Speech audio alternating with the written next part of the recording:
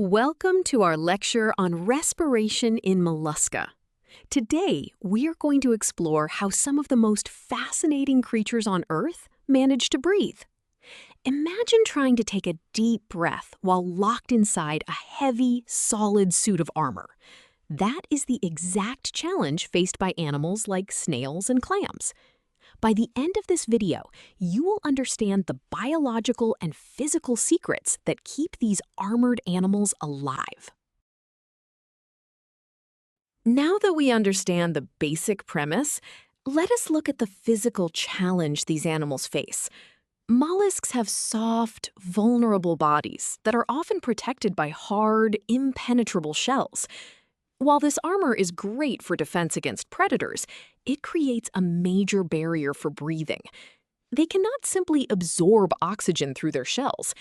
Instead, they need a highly efficient, specialized way to pull oxygen from the water or air into their hidden bodies. This evolutionary pressure has led to some truly remarkable biological adaptations.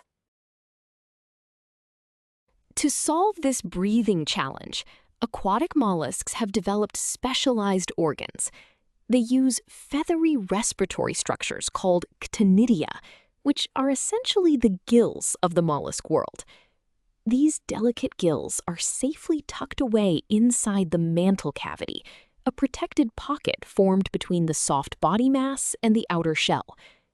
As water continuously flows over these feathery ctenidia, oxygen is efficiently absorbed into the bloodstream, and carbon dioxide is flushed out. This continuous flow is absolutely vital for their survival underwater. But what happens when a mollusk leaves the water? This brings us to their incredible terrestrial adaptations. Land snails have actually lost their gills entirely over millions of years of evolution.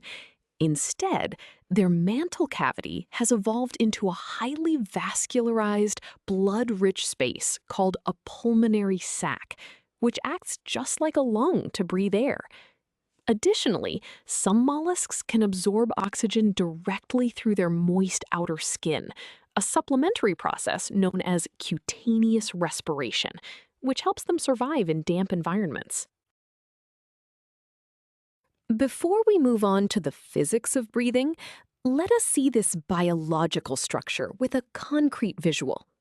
Here we are looking at a cross-section of a molluscan ctenidium inside the mantle cavity. Notice the central axis running down the middle, supporting the delicate gill filaments on either side. The blue arrows represent oxygen-rich water flowing in, while the red and blue tubes show the blood flow. This countercurrent exchange mechanism maximizes the amount of oxygen the mollusk can extract from the water. Now that we have seen how delicate these gills are, we can understand why mollusks are so important to environmental science. Because they rely on these highly exposed, thin membranes to breathe, they are incredibly sensitive to chemical changes in their environment. If a water body becomes polluted, their gills quickly become clogged with toxic mucus. This causes their populations to decline rapidly, making them excellent bioindicators that serve as an early warning system for ecological danger in our rivers and oceans. This biological sensitivity leads us directly to the underlying physics of breathing. The movement of oxygen into the blood is driven by pure physics, specifically Fick's first law of diffusion. In this formula, J represents the rate of diffusion. D is the diffusion coefficient, a constant for the specific gas and tissue. Delta C is the concentration difference of oxygen between the water and the blood, which drives the flow. Delta X is the physical thickness of the gill membrane. The negative sign simply means oxygen moves from high to low concentration. If the membrane thickness increases, the breathing rate drops significantly. Now that we have our formula, let us see this with a concrete example of a healthy clam. We are given a diffusion coefficient of 2 times 10 to the negative 5. The oxygen concentration difference is 0.04, and the healthy gill thickness is 0.001 centimeters. We plug these values into the magnitude formula, ignoring the negative sign, since we only want the total amount of oxygen. Dividing the concentration by the thickness gives a strong gradient of 40. Multiplying this out, we find a high diffusion rate, meaning the clam is pulling in plenty of oxygen to thrive. Let us apply this same formula to a different scenario, an aquatic snail in a polluted pond.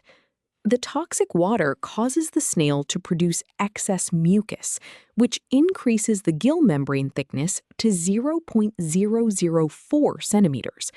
The other values remain exactly the same. When we substitute this new, larger thickness into our denominator, the concentration gradient drops from 40 down to just 10. Multiplying this by the diffusion coefficient gives us a much lower final diffusion rate. The physical barrier of the mucus has severely restricted the oxygen flow into the bloodstream. So, we have calculated the diffusion rates for both scenarios. This brings us to an important mathematical comparison to truly understand the impact of the pollution. We want to find exactly how much the snail's breathing capacity has been reduced. To do this, we set up a ratio comparing the polluted diffusion rate to the healthy diffusion rate.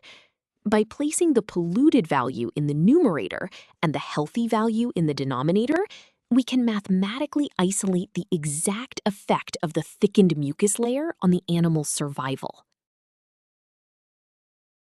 Continuing with our derivation, we substitute the values we just calculated.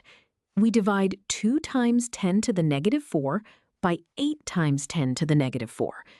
The 10 to the negative 4 terms cancel out completely, leaving us with 2 divided by 8. This simplifies perfectly to 1/4. We have just proven mathematically that because the gill thickness increased by a factor of 4, the animal's ability to absorb oxygen dropped to exactly 1/4 of its original capacity. This proves why water pollution is so deadly to aquatic life. We have covered the full topic of molluscan respiration, so let us review the most important ideas. First, mollusks use highly adapted organs like ctenidia in water or pulmonary sacs on land to overcome the barrier of their shells. Second, the physics of their breathing is governed by Fick's law of diffusion, where membrane thickness is a critical factor for survival. Finally, this extreme sensitivity makes them vital bioindicators for the health of our planet's ecosystems.